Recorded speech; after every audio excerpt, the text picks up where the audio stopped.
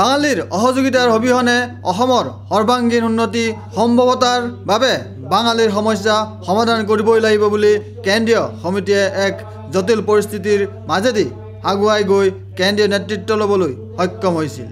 গতিকে সেই সংগঠনক আগুৱাই লৈ যোৱাটো সকলো দায়িত্ব ল'বই লাগিব। সেয়েহে আজি গুৱাহাটীত অৱস্থিত জিলা পুথিভঁৰাল প্ৰেক্ষাগৃহত অদৌ অসম বাঙালী যুৱ ছাত্ৰ ফেডাৰেশ্যন আৰু নিখিল ভাৰত বাঙালী উদ্ভাস্ত সমন্বয় সমিতি অসম ৰাজ্যৰ সমিতিৰ যৌথ উদ্যোগত বিশেষ সাধাৰণ সভা অনুষ্ঠিত কৰা হয়।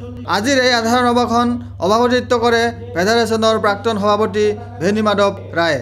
আজিৰ এই সাধাৰণ সভাত বিশেষকৈ আলোচনাৰ বিষয় হ'ল বানাক্ৰান্ত লোকসকলৰ 365 দিনে সহায়ৰ হাত আগবঢ়াবলৈ, লগতে NRC আপডেটিং আৰু ডি ভোটাৰক লৈ মুঠ 10খন প্ৰস্তাৱৰ ওপৰত এই যৌথ সমিতিৰ সভা অনুষ্ঠিত হয়। আজিৰ এই বিশেষ সাধারণ সভার পিছত প্রাক্তন সভাপতি ভেনী মাধব রায় কয়, আজকের সভার সভাপতি সেই হিসেবে আমরা বহুদিন যাবৎ সংগঠনের একটু খেলিমেলি পেয়েছিলাম।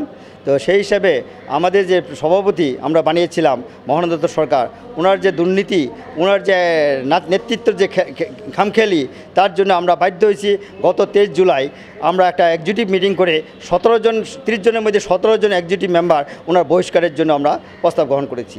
তারই আমাদের সংবিধানে আছে, সংগঠনের সংবিধান আছে 5 জন এক্সিকিউটিভ মেম্বার।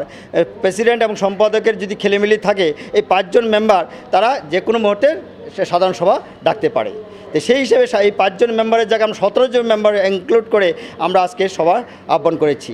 তো এই আজকের যে সভা, এই সভা আমরা নতুন কমিটি গঠন করেছি, বিমল মহানায়কের কমিটি এবং মহানন্দর সভাপতি বাদে বাকি কমিটি আমরা রেখে আমরা ঐক্যমত্য ভিত্তিতে কমিটি আমরা বহাল রেখেছি। Video journalist Sushanta Das, Sentinel news, Guwahati.